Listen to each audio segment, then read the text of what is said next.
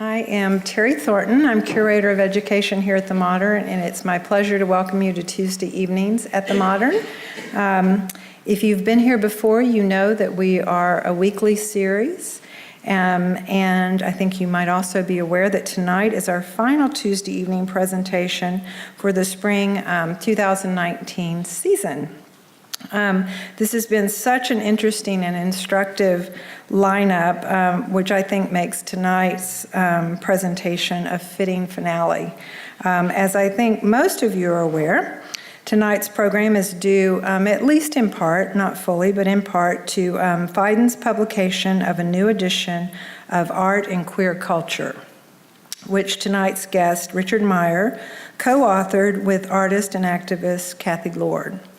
I hope you were able to take advantage of the book signing that Richard was generous enough to agree to just prior to tonight's program. And if for some reason you missed that memo, I believe there are still some books available in the stores, so you'll have to come back during open hours another time. As the Robert and Ruth Halperin Professor of Art History at Stanford, Richard Meyer teaches courses in 20th century American art and photography, as well as gender and sexuality studies. Currently, Richard is writing The Master of Two Left Feet on Morris Hirschfeld, who was a Brooklyn tailor and slipper manufacturer who achieved international renown in the 1940s.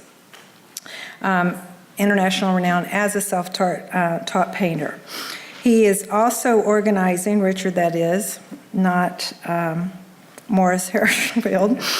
Richard is also organizing a related exhibition which opens in October 2021 at the Peggy Guggenheim Collection in Venice before it travels to Berkeley Art Museum the following year. So I think that's probably a very exciting thing. And I always think when I read that a guest is involved in one of these projects, oh my gosh, I can't believe you gave up time to be here tonight. So I appreciate that his being here even double.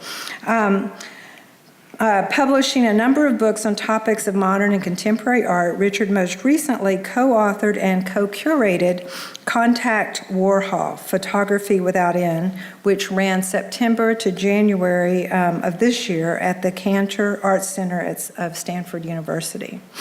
All of which seems to inform tonight's presentation, which is titled Queer and Now, which is what you came for. So without further delay, I'm going to turn it over to Richard. If you would, please join me in giving him a warm welcome.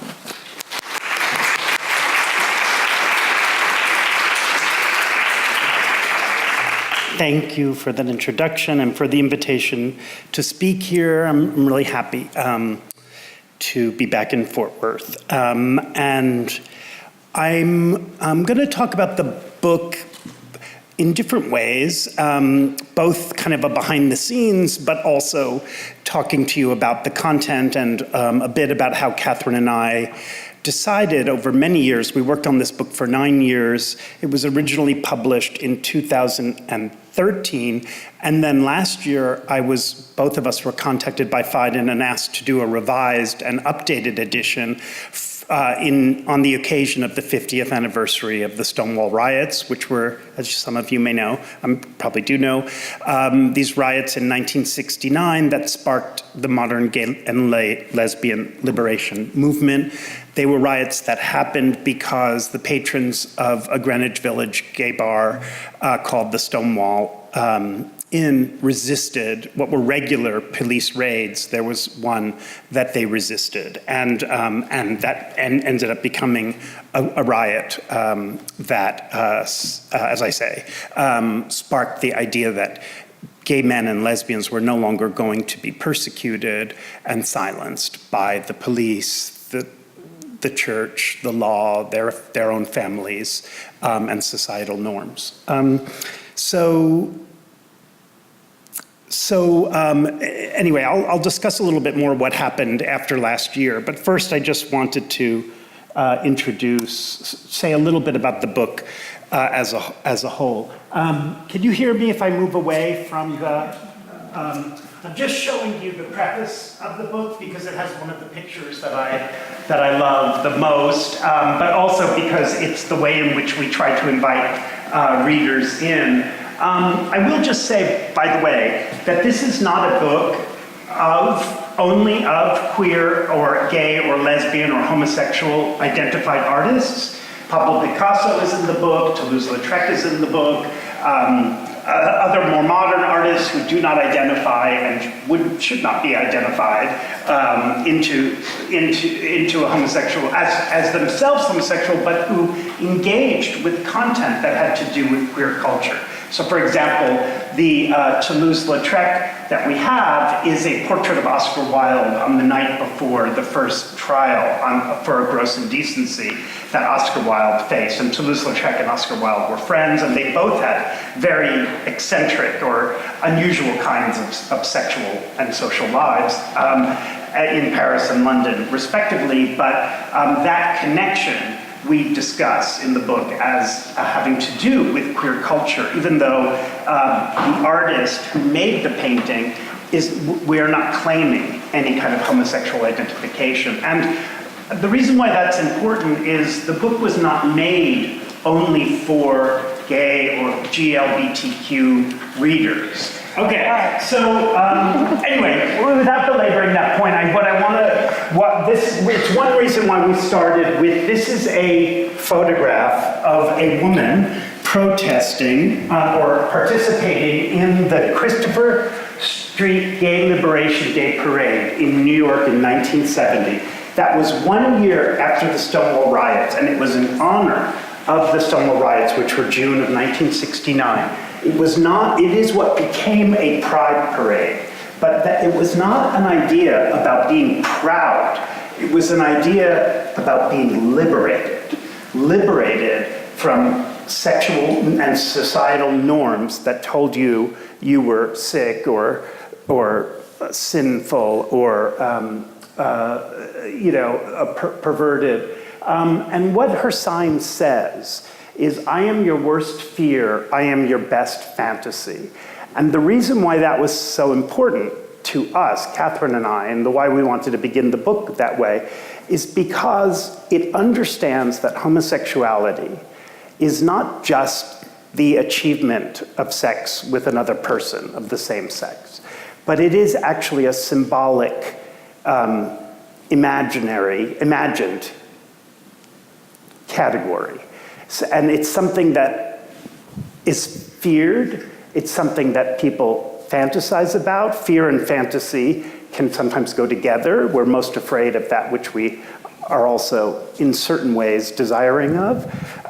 We can be. But this sort of linked homosexuality to art, in a sense, because it got beyond the idea of just what do people do with their bodies into the idea of how do people represent, in their mind's eye, how do they think about homosexuality? And to be your worst fear and your best fantasy at the same time is a kind of powerful position to inhabit. One of the questions one might ask is, to whom is she speaking? Is she speaking to heterosexuals? Is she speaking to closeted homosexuals? Is she speaking to another woman, at the parade? Is she speaking to, I think that that's something else that we were interested in terms of art, that art is not just about one audience or one viewer, that art does speak to different audiences and may have different kinds of erotic charges, political charges, aesthetic charges, depending on who is looking and in what context. Okay, so I will also just read this one thing where we say, we talk about how we understand that the word queer is not perfect for what the mission of the book is. But we say, we have chosen the term queer in the knowledge that no single word, this is at the bottom of the page, can accommodate the sheer expanse of cultural practices that oppose normative heterosexuality. if in its shifting connotation from everyday parlance to phobic epithet to defiant self-identification, queer offers more generous rewards than any, and I'm sorry, I don't remember the rest of the sentence, but I need to turn the page, but it's not there in the slide. But basically what we're saying, sorry, that wasn't very well planned, but basically what we're saying is queer offers more generous rewards than any stable name for identification, like gay or lesbian. One reason why people use queer is so that they're also rejecting the idea that there is, that they're gay or lesbian or bi or straight, and they're seeing sexuality, but also their relation to the norm as more fluid than that. Queer is always about a relation that you're drawing to a so-called norm. And that's not true, like, for example, the word gay was chosen. Gay used to mean happy. I mean, it still does, literally, but it was chosen to be affirmative of homosexual men. Homosexuality the word was actually invented as a clinical, as a disease, as was the word heterosexuality, by the way, but that's another story. But queer is taking a word that has often been an epithet, queer baiting, the word hurled at you as to shame or stigmatize, or sometimes it went in combination, it was, with other kinds of physical violence. It was reclaimed. There are different moments when people say, but one idea is that it was reclaimed in the late 80s into the 90s and is still in use today, although there's some contestation of it, and I think the word trans has now in certain ways shifted the meaning of queer, but the idea was we're going to use the very terms that people have tried to stigmatize us with, and we're going to reclaim them for our own purposes. And that's often what we see happening okay, now I'm going to go a little more quickly through the art.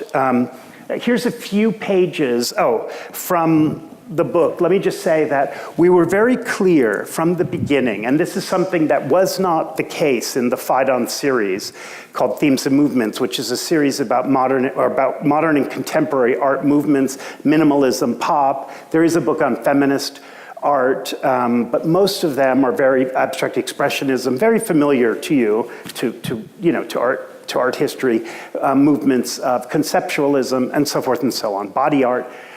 But we wanted our book to start in 1885 because we wanted it to start with the invention of the word in English, homosexuality, which happens toward the middle to the end of the 19th century.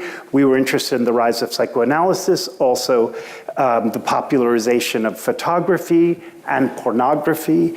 And we felt that we couldn't chart the dialogue between art and queer culture if we just started with Stonewall, which is a place in 1969 where often these kinds of narratives begin. We really wanted to go back to what we saw as the beginnings of modernity. And so I'm showing you an early page from the book, spread from the book, just so you get a sense. I'm not going to talk about these spreads in too much detail, but I do love the works in this. So on the right, on the right-hand page, the left-hand column, that's actually an image of pornography, anonymous pornography, two women engaged in oral sex. And Catherine and I really wanted, it's the first pornographic image, sexually explicit image, and we can talk about, those are not the same thing. So pornography is, Catherine and I define it, are images that are sexually explicit that were made for the purposes and sold for the purposes of excitation of the viewer, that had no other ambition besides the stimulation sexually of the viewer, and that were sold as such. And this image of two women having sex was almost certainly sold for male delectation, not sold to a woman. So we wanted to think about how lesbian sexuality has been appropriated, historically by male viewers, but that doesn't change the fact that these images may now be available to other viewers and other desires. That was one of the things in this book. We were interested in going back to images that may not have read exactly as queer in the sense that we mean it now, but by representing them today, we're sort of asking the viewer to think about, well, how do we confront an image from 1885 of two women having sex? And one of the other things we need to confront is the mark of censorship, which you see over the face of the woman who is facing us.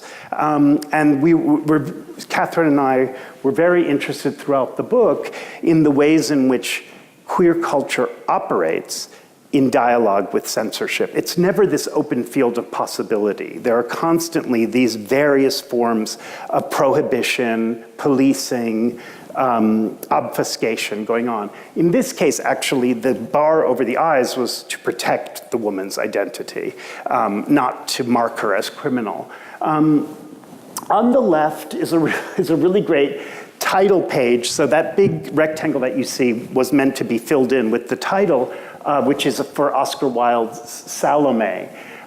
This is Aubrey Beardsley's design, and that is a hermaphroditic figure, the horned figure on the left, with breasts and a penis.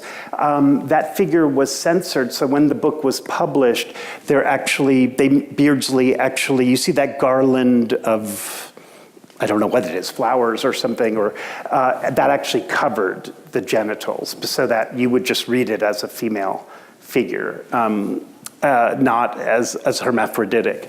And that was part of what we tried to tell the story about censorship and queer expression happening simultaneously. Now I'm just showing you a much later, just to give you a sense of the spread of the book. So I'm going from the 1880s and 90s to the 1990s. And I'm just going to, because I love it so much, I'm just going to point out this work by Ernesto Pujol. Ernesto Pujol was in a Roman Catholic abbey where he spent 4 years as a cloistered monk. And then when he left the abbey, he decided to become an artist, but a lot of his art deals still with Catholicism, spirituality, but also the costuming or vestments of the Catholic Church. So here, he himself is performing as a nun who is levitating in ecstasy. So that is him, Ernesto Pujol, in a nun's habit. And then these photographs, which he stacked, are meant to suggest this divine or, magical, maybe not magical, but this act of being released from the laws of gravity by some kind of divine intervention. And the ways in which religion and a kind of an appropriation of religion, but not in order to denigrate it. And this is also the case with Alma Lopez, whose reworking of the Virgin of Guadalupe. It's called Our Lady, you see next to the Ernesto Pujol. These are both people who grew up Catholic who are extremely interested in the iconography and the rituals of Catholicism. So although they have sometimes, especially Alma Lopez, been attacked as, what is the word? Defilers, that's not the word I was looking for, but as heathens who are trying to bring down religion. In fact, their work is about how to reconcile their queer desires with the religious beliefs that have shaped them no less than these alternative desires. Okay, since we're in Fort Worth, I couldn't help but to, I'm gonna go visit it. It's like, kind of like a shrine. I want to go visit again tomorrow. Luckily, it's on view still. Anyway, here it is, Thomas Eakins Swimming. As you probably know, that is a self-portrait on the lower right corner. And then there are these boys and young men naked swimming. Now, I will say, the homoeroticism is to some extent, and indeed queerness, is to some extent in the eye of the beholder. It's hard for me to look at this. I mean, particularly the relation between this older man sort of swimming into the picture and, for example, the pose of that young man, or I don't know how old he is meant to be, but on the rock, and the ways in which the bodies sort of are composed, the placement of the bodies, so that they seem to almost perfectly kind of cohere into this larger geometric, pleasing geometric shape. They seem connected, as if naturally. And also then the chain of looking that's happening with the slightly older man here. But I know from personal experience that this is not how everyone sees this painting, and I'm not claiming that you have to see it this way. I think what's important is to understand, definitely in Eakins' own life, that homoeroticism, the nude body, these were volatile things to be dealing with, but they were not understood in the ways that we would likely understand them today. There wasn't the language available to describe sexual desires, same-sex desires that we have today. And so I think it's important not to read these images completely anachronistically. I say that so this is an image that I think is kind of, I'm still flabbergasted by, which is, this was an image made, commissioned by the US Navy. It was a recruiting poster during World War I, and you have this sailor riding this missile, like this, as though he were riding like a bull, is that like a bronco?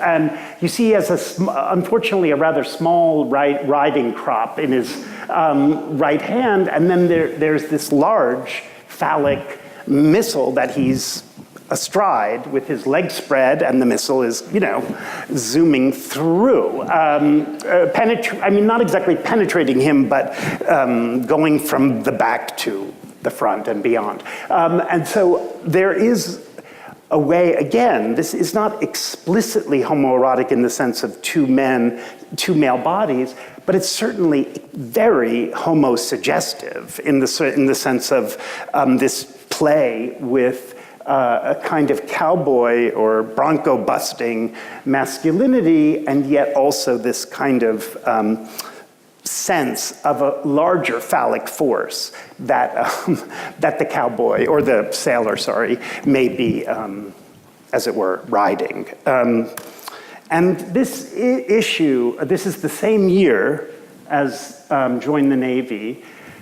This is a watercolor that could not have been shown at the time. It's by Charles Demuth, and Demuth made much more explicitly homoerotic watercolors of sailors, holding each other's penises, urinating together, on the beach naked. But in this case, what I thought was so interesting is that you have, if you look closely, well, first of all, the central couple is two men, but then there's something more complicated going on, which is that if you look at the blonde man who is closer to us with the central couple, he's actually checking out the man on the left, who is nominally paired with a woman, but seems much more interested, or at least at this moment, more interested in the blonde man in the center. There's also, as much as there is this attention to the faces, there is this attention to the buttocks and to the uniforms.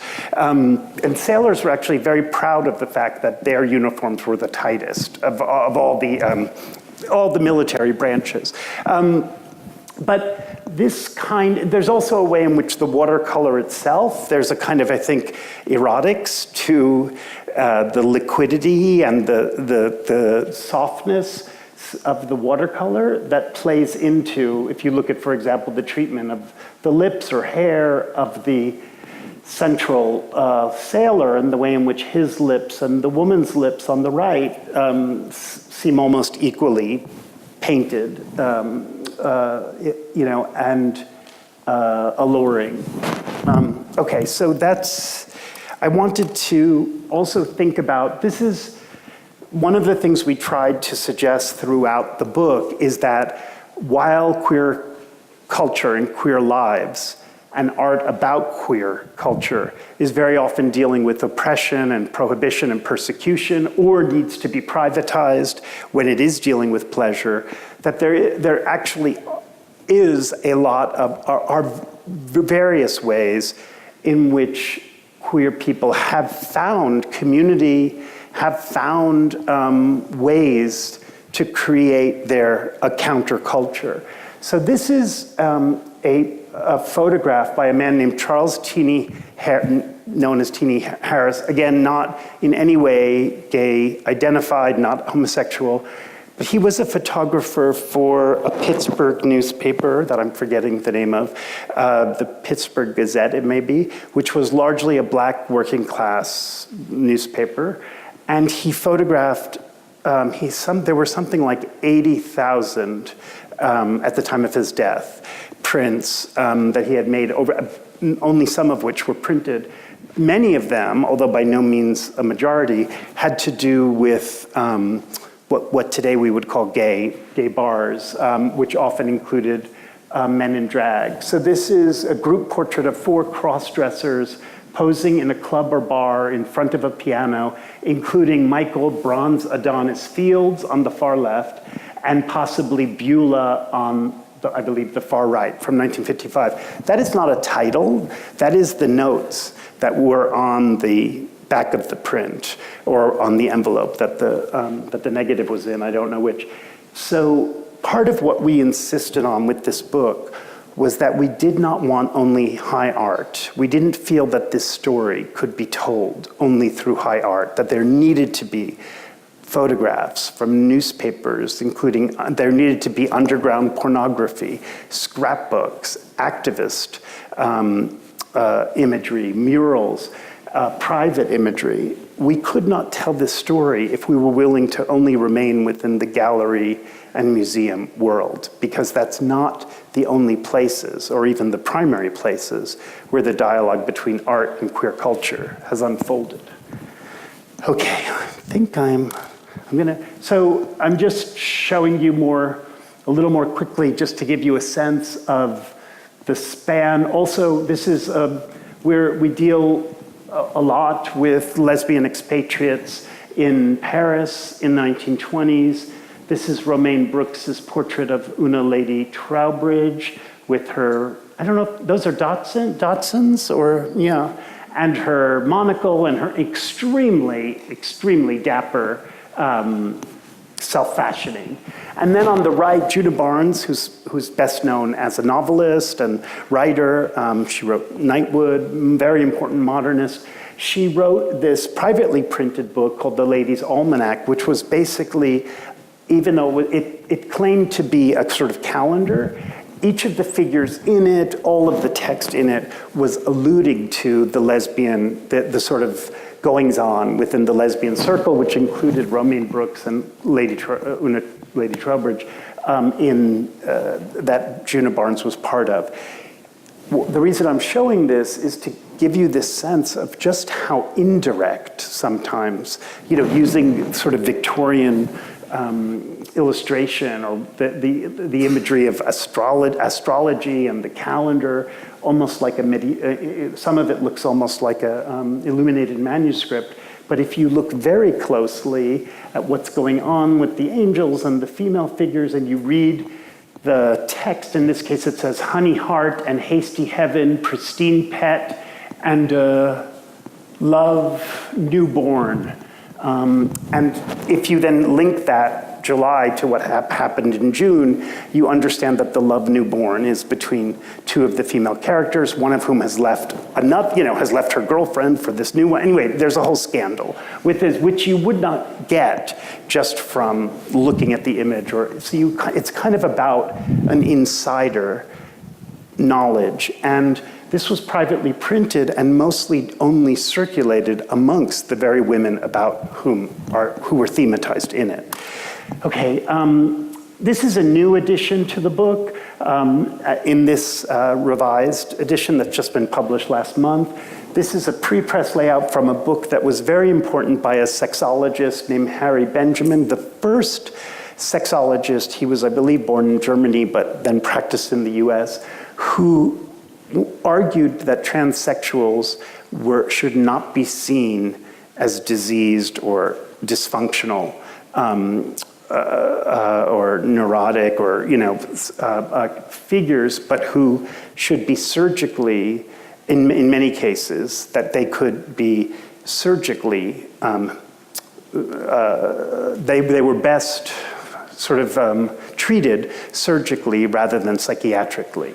And this is an instance where in his book he had these various photographs of his patients, and here he's comparing one of his patients, again you notice the bar over the eyes to protect her identity, or to protect the identity of the figure, who is, although it might be a little difficult to see, now does have male genitals as well as female breasts, but that is being compared here to a classical sculpture that's now in the Altes Museum in Berlin, where you actually also have a hermaphrodite. And it's partially about saying hermaphroditic or intersexed or transsexual figures have existed throughout history and throughout art. This is not this freakish modern problem. This is actually a kind of third gender that has existed as long as civilization has existed. Okay, I'm almost done. This is one of my favorite works in the whole book, in the whole Art and Queer Culture book, because it was done by a man named Tim Wood, who was a salesman at Sears. Do you guys remember Sears? Or does this still exist? Okay. And he lived in Oakland. He was, when I met him and interviewed him, he was in his late 70s. And in the 50s and 60s, he made these scrapbooks, which were images of men on nude beaches in and around San Francisco. But he didn't just have the images, he would decorate them with various kinds of end papers and ribbons.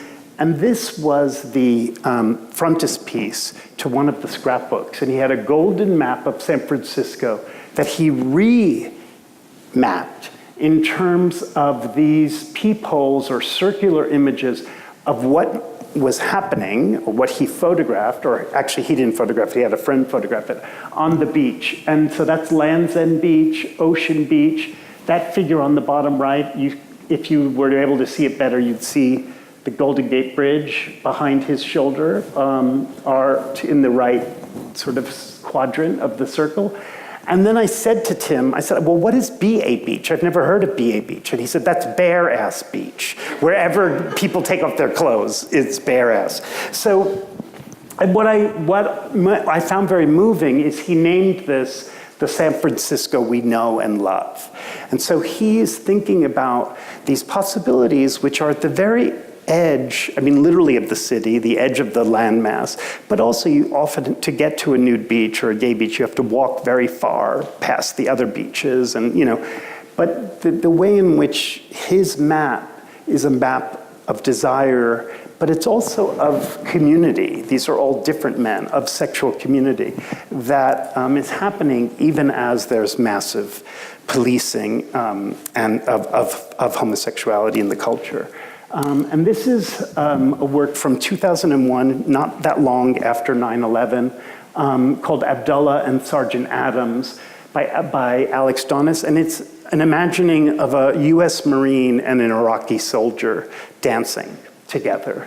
So hatred and violence are here replaced by romance and dance, by pleasure. It's not possible, or it seems very unlikely within the cultural moment, but that's Donis's point, is like, what if he also has LA police officers dancing with Crips and Bloods.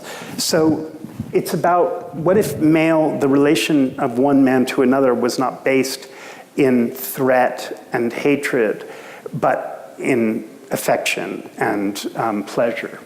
And he makes that into his art. Okay, I'm going to skip this, sorry.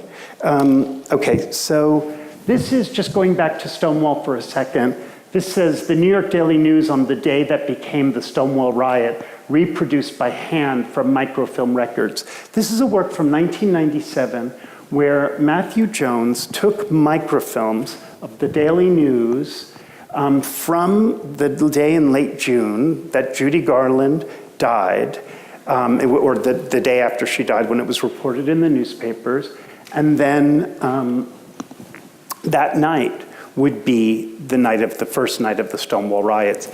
He has traced every page with a pencil from microfilm. So it is this incredibly labor-intensive act of recreation.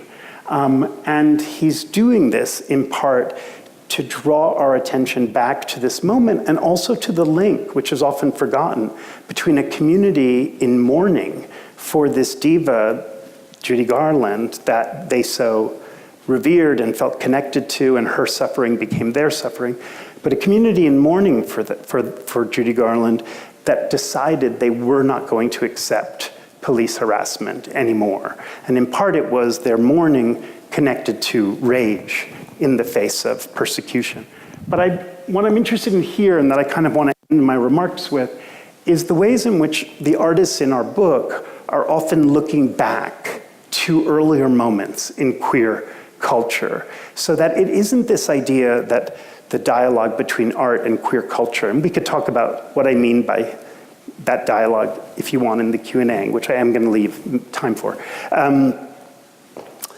It's not that things get progressively better, or that things get progressively freer, or that we're always better off than we were 10 years ago. That's not, if you think about politics and you think about different policies and you think about different struggles, or you think about the AIDS crisis, for example, it is definitely not the case that the gay community was better off in the late 80s than it was in the late 70s. Or that but often what's happening amongst artists is they're thinking about how can I make a dialogue, a link between the moment I'm living in and the moments before me that other queers have inhabited. So a really good example of this for me is this painting by McDermott and McGough. They're a couple, they only go by their last names. The painting is called A Friend of Dorothy, 1943. 1943 is part of the painting's title, even though it was painted in 1986. A Friend of Dorothy is a euphemism for a homosexual. It's from The Wizard of Oz, so to be a friend of Dorothy, I think her last name was Gail, but a friend of Judy Garland playing Dorothy in The Wizard of Oz, to be her friend, which I don't know what that means about the Cowardly Lion and anyway, but because they were all her friends, but to be a friend of Dorothy's, was, and there were all these euphemisms that one needed because you couldn't come right out and say gay, a homosexual. But what you're seeing in the painting are all of these different epithets: pansy, fairy, faggot, Mary, cocksucker, queer, queen. There's more, but homo, but those epithets have been rendered in these curly Q letters and against this intense yellow backdrop. And Mary has been rendered in this vibrant red. And it's as though instead of being, as I said, instead of being stigmatized or being oppressed by these terms, the artists are reclaiming them. And they're doing it 40 years later. All of these terms, which could have been used, I don't know about homo, maybe in 1943, in 1986, are being returned to by the very people that these terms would have been used against. Okay, so I'm going to end my comments. I'm trying to decide what to end with. Okay, I think I'm going to end with two more sets of images. I do? Okay, I just wanted to make sure we had time for questions. It's okay? So this, just to go back to the issue that the artists in this book are not all themselves gay or lesbian identified, this is an artist that I became friends with. Anita Steckel, her name was. She's also unfortunately passed away. Veteran feminist artist, very active in the 1970s, 80s, throughout her life actually, but came to some visibility in the 70s. She founded this group called Fight Censorship, and she was part of a movement that was about heterosexual women, feminists, being able to express their desire for the male body without that being seen as collaborating with the enemy or, being complicit with patriarchy. And so she very often would paint male nudes, the penis she would sometimes paint the penis just on its own, sometimes the erect penis. She actually, part of her manifesto said, if the erect penis is not wholesome enough to go into museums, it should not be considered wholesome enough to go into women, which is kind of, I just lost my train of thought, sorry. So in this case, this is Anita, this is a series, so one of the things that was so amazing to me about Anita is, she was in her 70s. I don't know, but she was an extremely sexual, I don't mean in terms of the activities that she was engaged in, I don't really know about that, but just in terms of what she would talk about with me and the kind of art she was making. There was never any sense of inhibition or that she needed to practice a kind of appropriate femininity. And that was very inspiring to me. Anyway, so in the early 2000s, she started this series called Anita of New York Meets Tom of Finland. Tom of Finland, as some of you may know, is within the gay subculture very, very well known for these bulgingly, extremely well-endowed male figures, these illustrations that became very popular among gay consumers and are still popular. But what you have here is there was a Tom of Finland book. Anita took the pages out of the book and overpainted them with these giant female nudes, and also with all of those flowers or those patterns. None of that is in the original drawing. In the original drawing are these two muscular men, one of whom has that large member, and they're paired. And Anita puts in this completely differently kind of painted female nude. And actually, I don't know if it was intended, but there's a kind of trans vibe going on. Because if you look at where the penis now is, in terms of the female body, there's, as I said, there's a kind of very polymorphous, sexuality happening. So I just wanted to show you this is the Tom of Finland that we chose for the book because I just thought it was very amusing. And anyway, I don't feel like I need to explain it, but but the reason because there are literally thousands of Tom of Finland drawings of all different kinds of sexual exchanges between men. And the reason I chose this one is because I thought that there was a kind of humor and self-knowledge about it, almost a kind of absurdity about always showing these gigantically muscular, hugely endowed men. And to me, it seemed like with these high-flying acrobats and this kind of gymnastic sexuality and the stars around the buttocks and so forth, that there seemed to be, just a bit more perhaps of a kind of sense of that this was on some level a kind of amusing rather than strictly pornographic or sexually enticing activity. And I wonder if that isn't partially what Anita saw and was able to draw out of these Tom of Finlands. And also part of what makes it queer, I think, the Anita, is that artworks do not necessarily stay within a particular community, even if they're made for that community. So if you think about Tom of Finland, certainly was made for gay men, but that doesn't mean they're the only people who see it. So Anita Steckel, this heterosexual veteran feminist artist in her 70s, saw a Tom of Finland book and got fascinated by it, and she makes her own art out of it.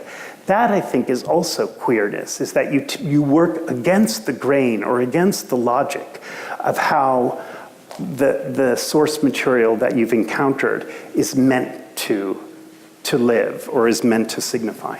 Okay. Okay. I just want to say that when we were contacted, this is how I will end. When we were contacted last year, so Catherine decided she was done. She didn't want to do a revision of the book. So I freaked out about that because I was like, I can't do all this work. We had to write 30 new, they wanted us to include somewhere between 25 and 30 new artists.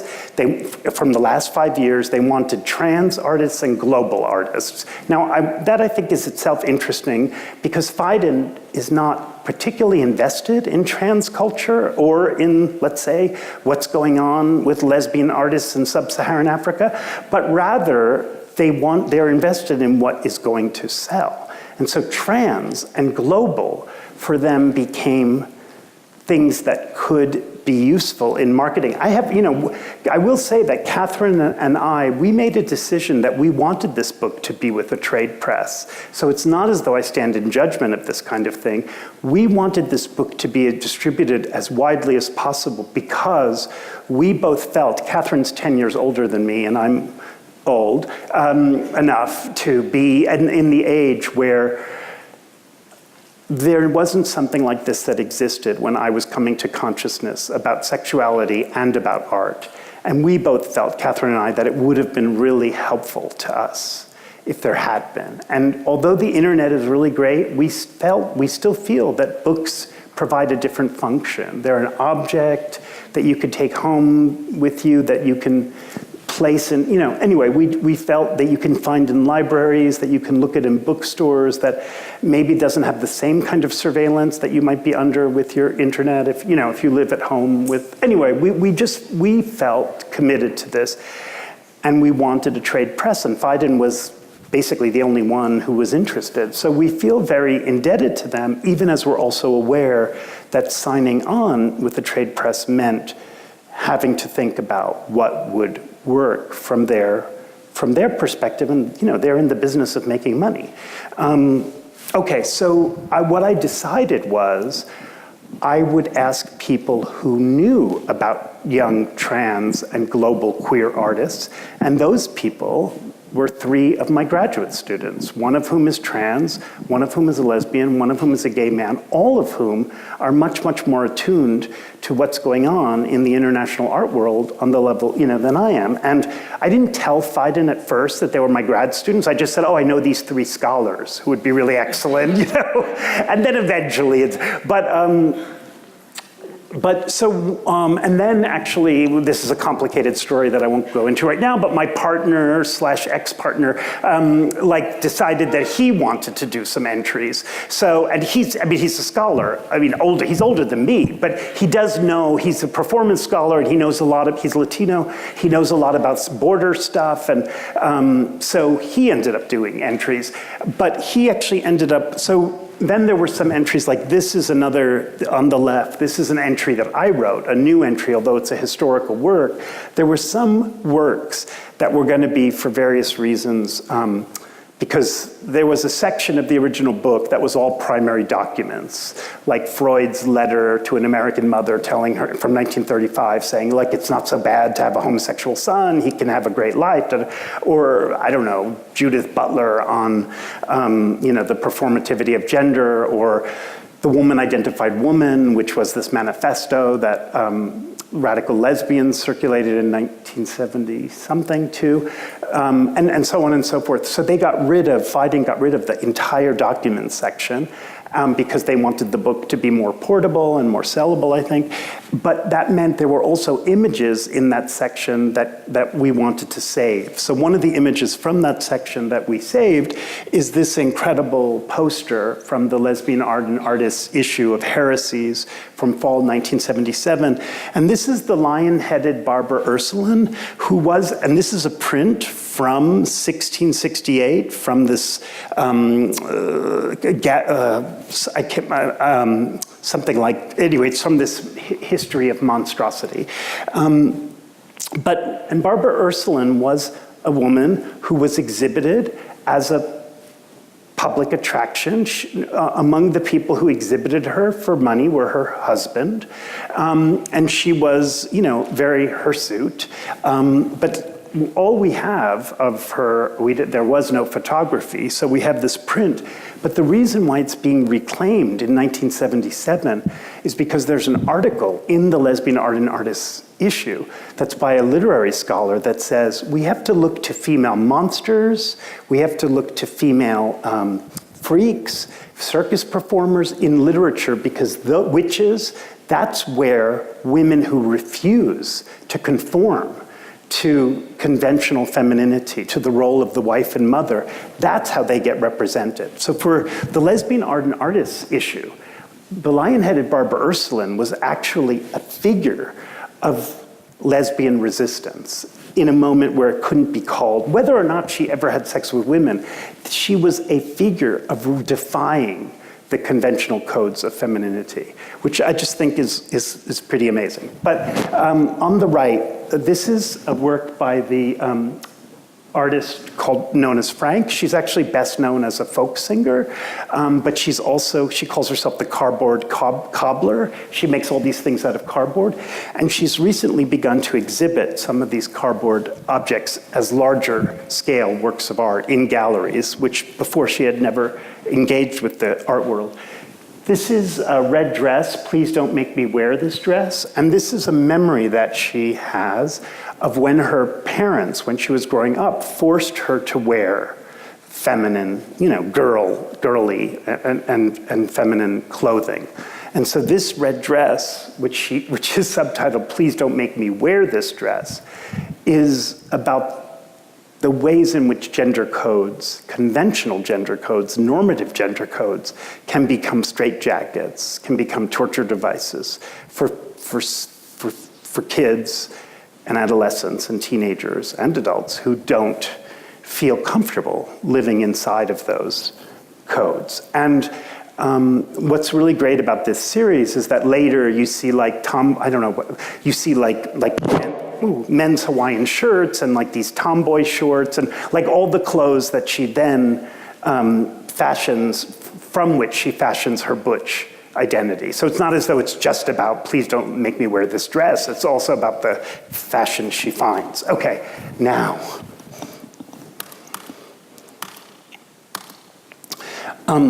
So I'm gonna end here. This is the original edition of Art and Queer Culture, the one that was much, much bigger. It was like a coffee table sized book.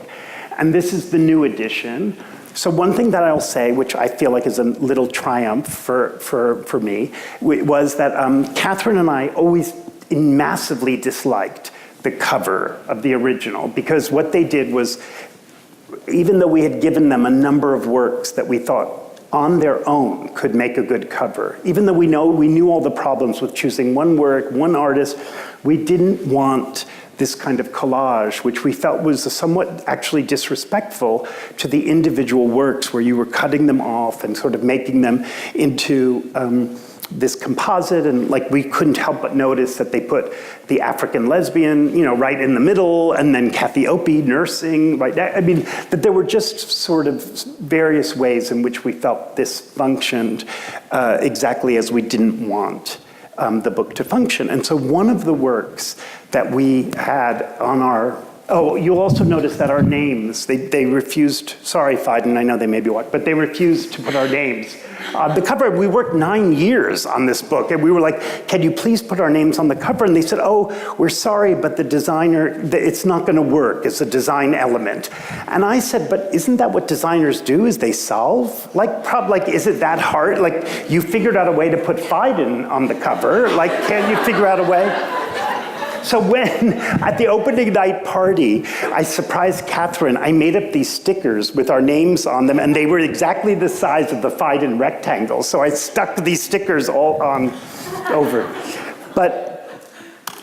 So this is the actual, I was very happy because one of the works we thought would be really great was this Joe Brainerd work, Untitled Garden, precisely for the way, first of all, in which it's not figurative. I mean, at least not figurative in the sense of human figures. And that we wanted to get away from this notion that queerness is just about homoeroticism. And I think having this, considering the history of flower painting, how that has so often been designated as a feminine or female practice, but also the sort of flamboyance of his flowers and the ways in which Catherine writes about how you're not exactly sure where you're standing in relation to these flowers. Like, we're looking above, but exactly how is that possible? What's the background? What's the foreground? And how are all these flowers blooming, all these different species of flowers, like on top of each other? It seems at once incredibly non-natural, but then it's also very carefully described in terms of the individual flowers. So I said to Phaidon, I think the Joe Brainerd Garden would be a really, I mean, I brought back 5 years later, the suggestion, and they were like, oh, that's one of the ones we were thinking about, which I don't know if I believe that, but that's what they said. And so then they sent me the cover, and the cover was all in this dull salmon color, that you see on the bottom of the book. And I said, look, if it's gonna be queer, it's gotta be like hot pink or like fluorescent. It's gotta be like, sexier.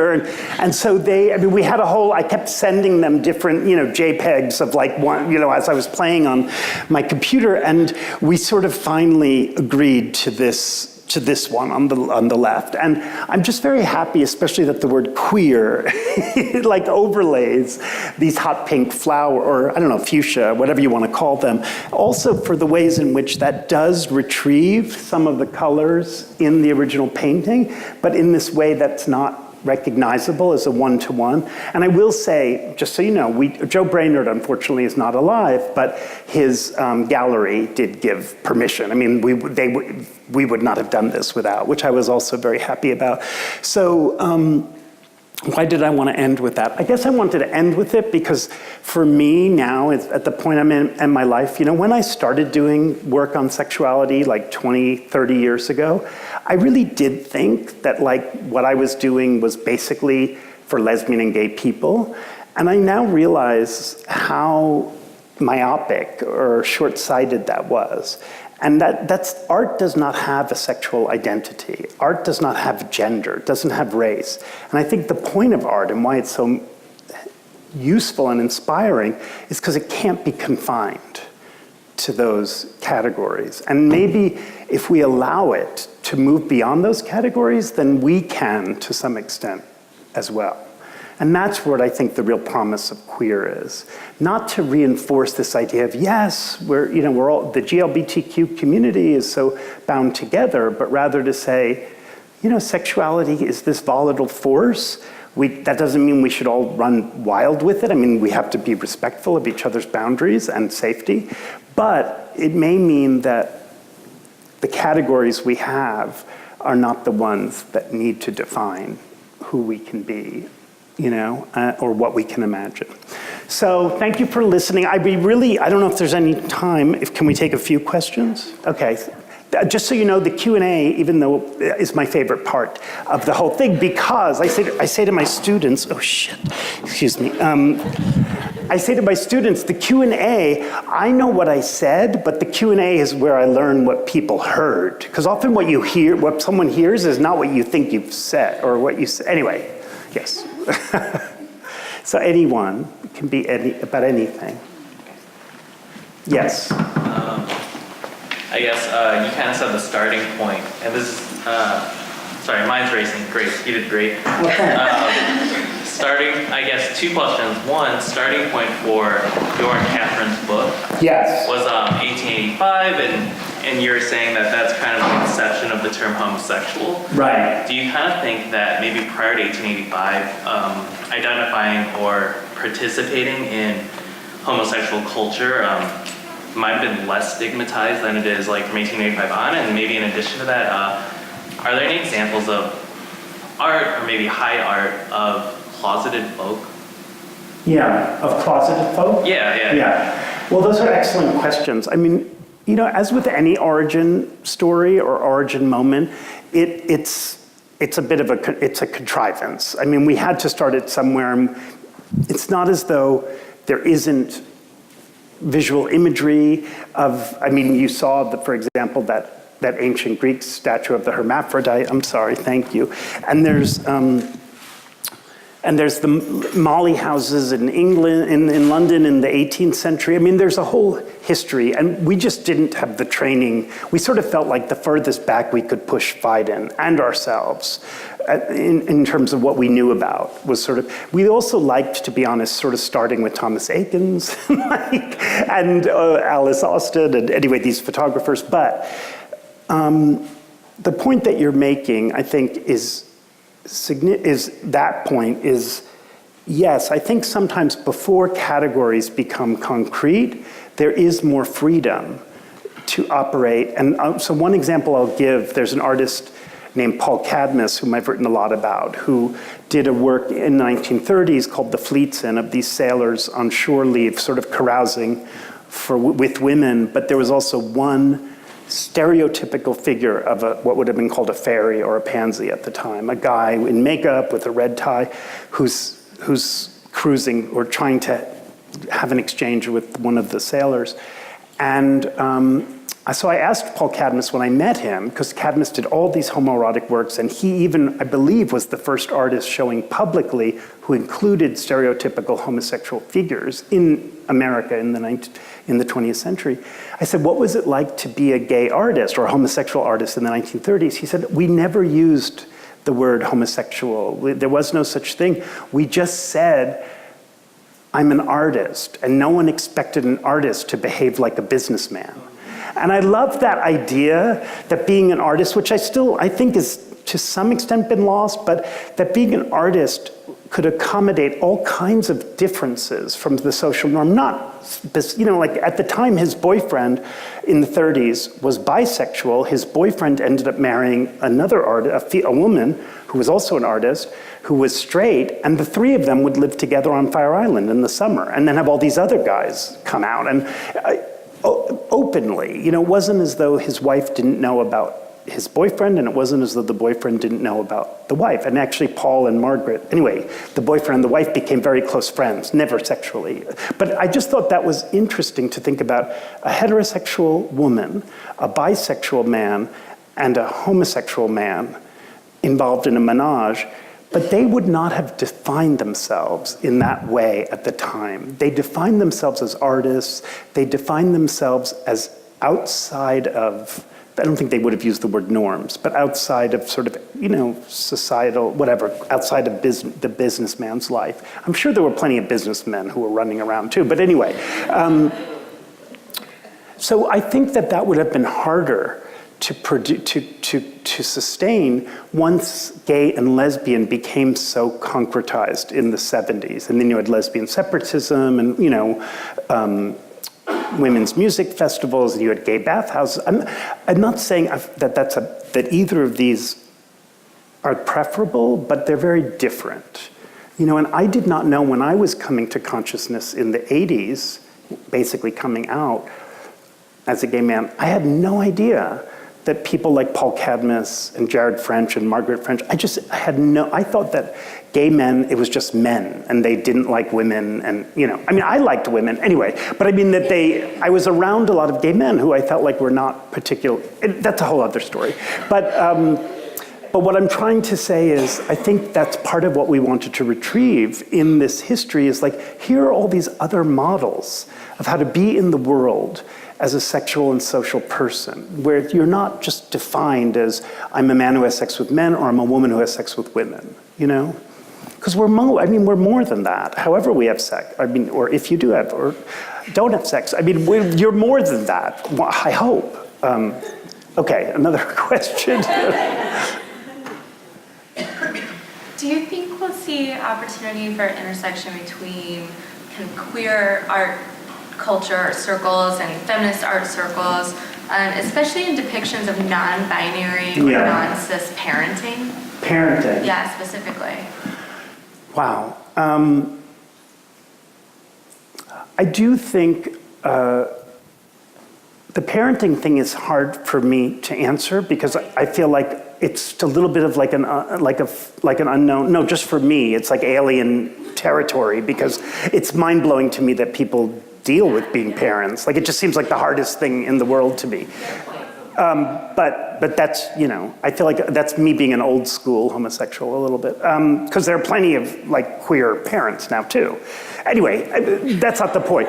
But I do think that these models, first of all, I will say, just as an aside, this book, Art and Queer Culture, began because Catherine and Lord and I were both writing for the WAC catalog, which is WAC Art and the Feminist Revolution, which was the most ambitious, most important show about feminist art to that moment. And it was really about, that was in 2000 and something, 2006 maybe, 2004. But we went on a writer's retreat, and as the curator was showing us all of these different women artists, then there was like a bagel break, and Catherine and I said to each other, wouldn't it be amazing if we did a queer show that was like whack, which we thought we would call quack. But anyway, wait, I lost my, and that's how this started. It started as an exhibition, but we could not get any museum to do it. We went to queer curators, we went to straight curators. Some curators said to us, oh, it's too late, identity politics is over. And we were like, but it's not about identity, it's about the unraveling of identity. But they didn't care. And then some curators said, it's too early, my audience is not ready. So we were either too early or too late. And then finally we understood, oh, it can be an exhibition as a book. Like we don't have to curate it, Although I still think it would have been a good exhibition, but now there's been other queer ones. But just to say, what I do think is happening in terms of non-binary genders, which is different from trans, and I think that gender codes and expectations are being reinvented within the constraints that are still imposed. I'm not saying suddenly we have all this freedom and it's easy for, people who don't identify as according to dominant codes of gender, but so I do think that fatherhood and motherhood and parenthood are likewise being or are going to be reinvented, but I don't know what that's going to look like. So I feel like it's not very helpful. But I think what you were asking about is really, what is the art going to look like that deals with that? And I will just say one last thing, and then maybe we'll take one more question, and then which is that there has been a certain kind of queer theory. There's a book called No Future by Lee Edelman that's been against this constant investment in the idea of the child as the future, and like that we are doing everything for the future. And it's really been about, that's a heterosexual model of generation, that we reproduce, and then it's about the next generation going beyond the last generation, and that as queers, it should be about creating the world we need now. And I think that that's problematic in some ways, but I kind of understand where the impulse is coming from. And one of the things I would say that I love about art is I feel like artists can create these visions now that aren't necessarily practical or even inhabitable in everyday life, but maybe that's the function they serve, is forcing us to imagine things that we can't yet live, but maybe could become models for future moments. When I look back at some of the, not exactly, I was thinking for some reason of the sail, join the Navy, the sailor with his, I don't know why, that's not really a model for the future. Maybe I wish it were a model for my future, but I do I think that that's how this book, we really want it to function as a resource for people to say, like, look at this whole history, how people have created and how that intersects, but it's not a mirror of their lives. It's something other from their lives. Okay, last question. On this journey, people expect you to go to New York, San Francisco, Fort Worth for alternative lifestyles, totally through the last minute there on a whim. Did it take you any places, any cities, countries that surprised you in a nice way? Small towns, things you Oh, that's didn't expect? interesting. Yeah, well, I will say, I mean, I mentioned it briefly, but I was really surprised when I went out to Oakland. It's not a small town, but anyway, I hadn't been in the practice of meeting with 70-something-year-old salesmen from Sears to look at their dirty scrapbooks, in Oakland.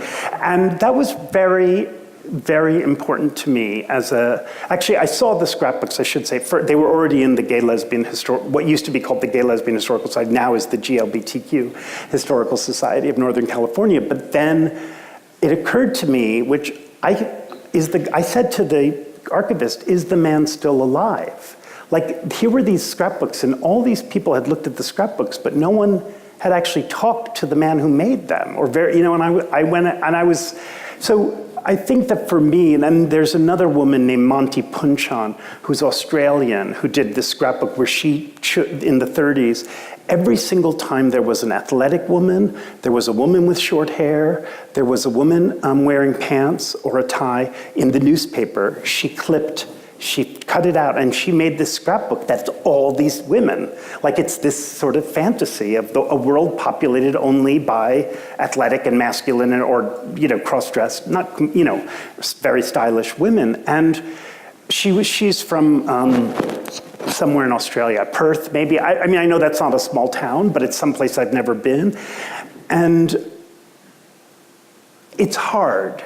I think it's hard to find, when you're outside of a culture, it's hard to move beyond the metropolitan cities because the archival resources tend to be richer there, and we didn't have the budget. Like, I didn't get to go to Perth, Australia. I mean, this is where the internet came in, and there have been other scholars who did research.